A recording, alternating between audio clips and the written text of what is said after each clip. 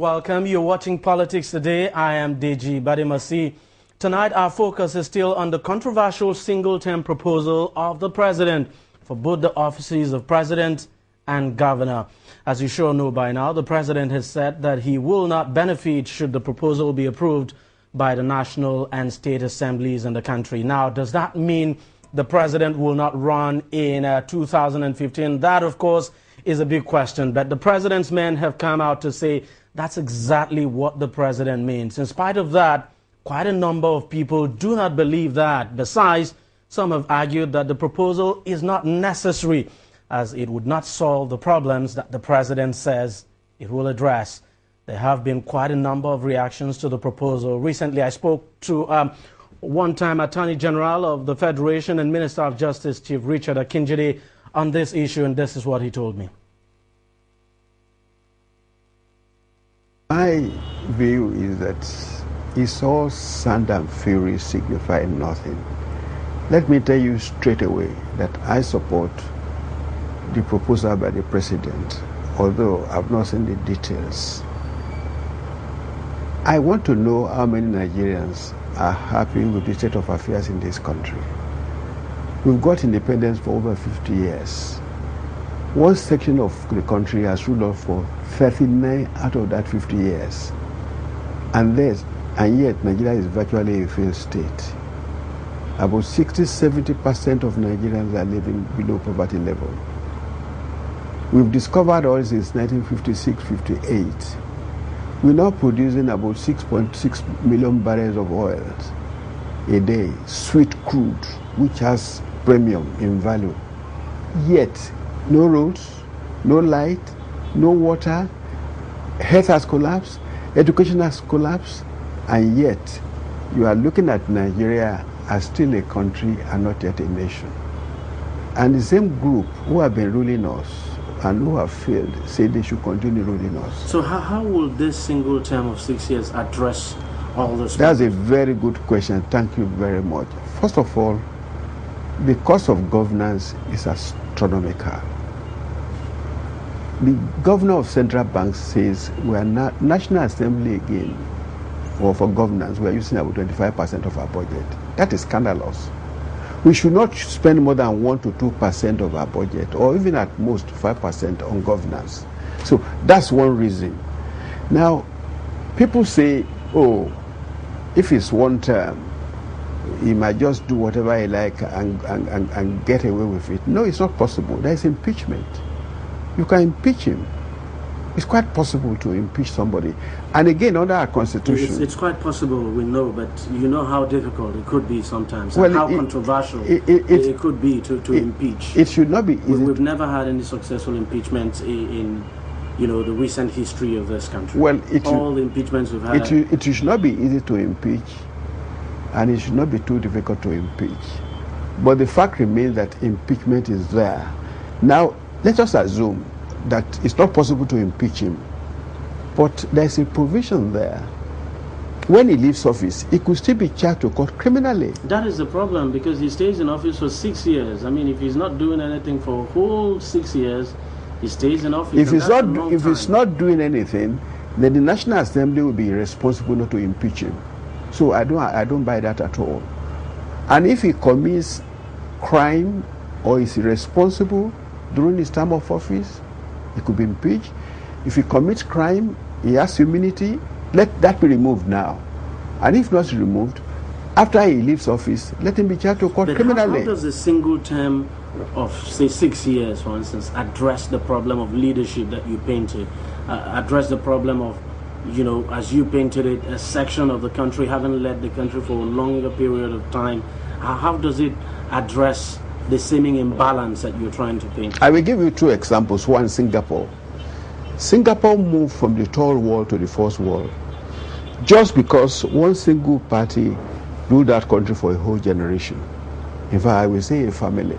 Although they were educated family, rich family, no problem about looting treasury. Then secondly, in there, the Congress party ruled the country for about 25 or 30 years. And move the country from the third world to the first world. In fact, right now, economically, the greatest country in the world is China. And whether they want to admit it or not, number 2 is in there. All those are possible because essentially the Congress Party has been ruling the country. The problem of Nigeria is not resources, it is human. When you have to play a national soccer and you put in your 3rd or 4th 11, there's no way you can win. That is the problem of Nigeria. You put people there, 1, sectional in attitude, 2, treasury looter, 3, they don't believe in education. How do you explain the state of our roads, the state of education? I accept, no doubt at all, but how does a single term address all of this? The single term will address that because we must assume, and I have no doubt it will happen, that the person there who is not seeking the re-election will now commit himself to making a name and moving the country forward. Now, joining me on the program to take a further look at the president's single-term proposal, a number of guests. Chief Goddy Uwazurike, who's sitting right beside me here, is a legal practitioner and also a political analyst. I also have Mr. Wale Okuni, who is a spokesperson of PRONACO, and Mr. Achiko there, who is a political analyst. Gentlemen, thank you very much for joining me on the program tonight. And let me start with you, Mr. Chude. This proposal by the president, no doubt a very controversial one, generating a lot of debate out there in the public. Do you think, as some people have said, that the proposal is not necessary at this time? Well, regardless of the intention of Mr. President, like you rightly pointed out, the issue has created so much controversy, and I think to a large extent, controversy in the negative because of the general perception of again, you must situate this proposal by the president within the context of Nigeria of today, a Nigeria that is troubled with all kinds of socio-economic, political issues, and it is on the basis of this that that election itself was organized. And in spite of the fear and trepidation by a lot of Nigerians, thankfully, the election relatively, to some extent, went peacefully. And so the president did make a lot of promises, because that's, what I'm trying to say. His proposal must be taken, and the reaction of Nigerians towards this proposal must be taken in context, of the election that took place in Nigeria that promised so much, because people had gotten to a level where despair, frustration, and they had become, a common ingredient among Nigerians. And so people expected so much, and then so much was made. So much promises were made by the president with regards to the socioeconomic problems that are, facing Nigerians, the issue of power, the issue of security, and so many other myriads of socio-political problems in the country. And so when this issue came out, it was like, an explosion, more or less. People did not expect that, especially because it was not an ingredient of the president's campaign. Okay. It is a fundamental issue that has to do with the thinking of the Nigerian constitution. So one would have expected that if it was as important as that, as dear to the president as he says it is, that it would have formed part of the president's campaign promises, so that it becomes easier. If the president had been elected, maybe the president decided not to bring that up during his campaign because as the whole thing is turning out now, it's a very divisive issue, and that it would have been very divisive, for him during the campaign, and bringing up such a divisive issue in your campaign would just not be the right thing to do. Well, again, then it will become a problem if the president realized that it was going to be a divisive issue before the campaign, during the campaign, and after the campaign. Why bring it up at all? Let me come to you, Mr. Wale Okuni. Your group, PRONACO, has actually been pushing for a complete change of the constitution. I remember in the past you've held several fora now. In the past, you held your PRONACO, you held a conference where you came out with your own draft constitution. Now, the president suggesting this. Do not also forget that in the last the sixth assembly, that's the National Assembly before this, we had some changes in the constitution, some amendments, and now we're having this being suggested by the president, something very fundamental. Does this go, does this meet your expectation now? Would you say that gradually the country is beginning to listen to voices like yours? Oh, yes, thank you very much. I'd like to say that the fact that the president have come out to propose a single term, validate our own position that what they did earlier in terms of amendment was superficial and was not going anywhere. And now it's staring them in the face. So we have to go back there. And I want to salute the courage of the president to have come out at this point to say, well, I want to do something about the Constitution. And of course, he's come out to say this is not the only issue, that there are quite a number of issues. It shows that we are running a country that is headed for the principles, and that very soon the country may go up in flames. I wrote him a letter before he made that statement. On the 25th July, this is the letter here. I wrote him a letter on behalf of our associates and allies. What exactly were you asking him to do? We told them that, look, we told him in this letter, which is a 5-page letter, that you will need for the country not to go up in flames, and media, newspapers are public, that you will need to convoke a national dialogue. You can call it Constituent Assembly, you can call it People's Convention, you can call it something in line with the Sovereign National Conference. But there needs to be a discussion. Boko Haram, Niger Delta, OPC, Masob, etc. We've consulted, we've had meetings. We know that the only thing that will solve is for the people to be included in the process of determining, what the structure of the nation should be. But honestly speaking, tell me, what do you make of this proposal now by the president? Do you think it's necessary at this time? Well, I think that is timely for us, because we want to hit at this. For us, it is timely. No, I'm saying the single-term proposal by the president. Well, for me, it is secondary. Superficial, it is cosmetic. It's not going anywhere. And they know it. And they have said that, look, it is not just that alone, that they intend to do several other amendments. But, you see, media should help us refocus the debate. The debate is not essentially about single term or all kinds of amendments. It is about constitutional amendments or constitutional restructuring. We should reset the agenda for the president. It's not about us debating and wasting and debating energy on single term. When I laugh at people, what are you talking about? Take it away. We met again under Project Nigeria on Tuesday. Eminent Nigerians. We went and look at it and look at the proposal. We said, look, take it aside.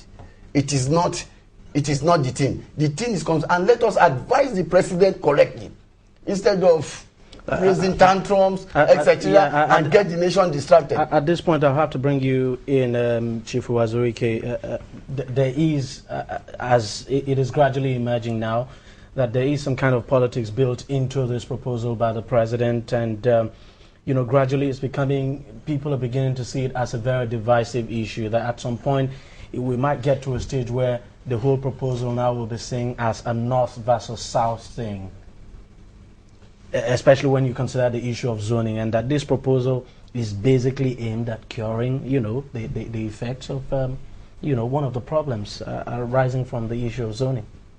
I pity Mr. President.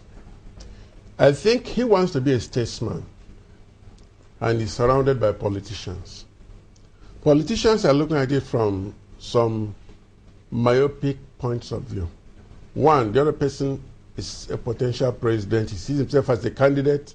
He says, oh, you mean my tenure will only be 6 years instead of 8 years? You want to shortchange me? Another person gets up and says, my own zone will have a chance for 8 years and not 4 years. Is it because you're there? Another person comes and says, why should we trust you? And then somebody says, well, it is also good that we're going to have 6 years, so that way we can ensure that it goes round. That's the first thing the man wants to do. There is a lot of discontent in this country. At the moment, some people are complaining that, look, if it is 8 years per zone, it will take maybe 48 years, as some people have said. If it is 6 years, it will take 36. Faster.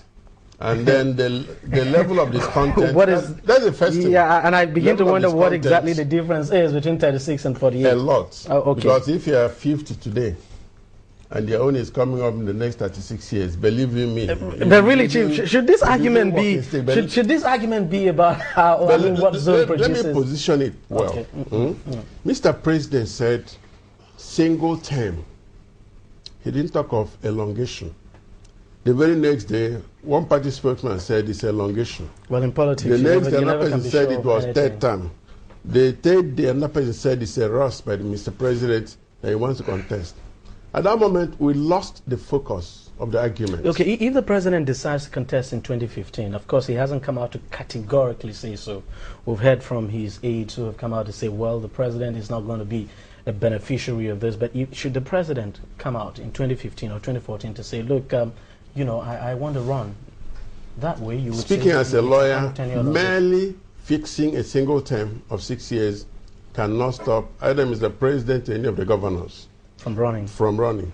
But if you have a clause that says anybody has held office, either under this constitution or any previous constitution, is constitutionally barred from seeking office. As a lawyer, too, you know that would be against the rights of this individual. No. If the constitution says so, it is so. So let me assuage the fears of some of these people. If Mr. President says, I am putting my image at stake, I want to be a statesman, he's actually standing alone. Many of these governors want to go for a second term. And the way I see it, many of them control their various houses of assembly. So they may not go along with him. And I'm not even sure that PDP supported him. It is the National Executive Committee. And that is going to bring me to the next question. Yeah, you want to say something, but as you say whatever you want to say, I also want you to give me an idea. What do you think should the president, you know, decide to submit? Because it's still a proposal. As a matter of fact, we don't even know if the president has actually prepared the document, but it's a proposal. But if the president decides at the end of the day to send this to the National Assembly, you think the National Assembly will pass it? Again, I think that would depend on the response of Nigerians and the reactions that Nigerians put up with regards to this. It has a way of also putting additional burden or pressure on the National Assembly. Do not also forget the third term agenda when it was unfolding before us. Again, we were told that the president then would not do anything against the law. And we have also seen the presidential spokesman, I think Reuben Abati, also make the same statement, almost word for word. This president will not do anything against the law. And that throws me back to what happened while attempts were being made to subvert the law and so on, you know, in pursuance of the third term. Do not also forget that members of National Assembly were told to answer their father's name because the Senate president had answered his own father's name, and so on. The pressure that was brought to bear, especially with the interest, you know, articulated by the media, again, made it virtually impossible for all of them, in as much as they were secretly responsive to the third term, but it was difficult for them to actually move ahead. So public pressure and perception is also important. Because, you know, somebody had said that the price of democracy is eternal vigilance. But again, you want to look at this, you know, the issue of a National Assembly, will they pass it through and so on. And then the president realized in the wake of the 2011 election, there was so much, you know, there was so much very acrimonious and tension-soaked. He realized the need, after he had indicated the intention to run for the president, he realized the need for a bridge building, consensus building and so on, and he had to go to all the corners, all the zones of this country in order to articulate his interest and to get the support of Nigerians. Now that is indicative that one section of this country cannot actually hold any other section to ransom. Yeah, so he knew. Now again, this is very, very important, and like you said, possibly divisive. Now you would expect a president that is also a politician, because he has a political base, he has a constituency, to have done his homework in bringing this thing to the national focus, that he would have, you know, been able to carry his governors who are in the majority. And the president has said he has actually not consulted yet. Good. So that tells you something about the kind of politics that he plays, or his understanding of the political dynamics of this country. Then one of the other major things on its merit that I want to look at, you see, this conclusion, you know, the issue of sending the bill to the National Assembly is a conclusion that is built on a false premise. First, two of the reasons that were given, the issue of violence and then the issue of electoral campaign fund, in order, you know, to bring it down. You forget that there's an electoral law on campaign financing that was passed maybe 2007 and so on. Now that is indicative of the abdication of responsibility by the government. When there is a law in place and it is not implemented, and in order to, you know, avoid the consequences of not implementing that law, you come up with something else. The same thing with the issue of election violence. The government's primary responsibility is security. of lives and property. So when a government begins to say, look, to shift the post and say, look, in order to curtail violence at, during the election, let us, have a 6-year tenure. I mean, it begs the argument, because what happens here, if you have not done something about the practitioners of violence, those people who inflict violence, in 4 years' time,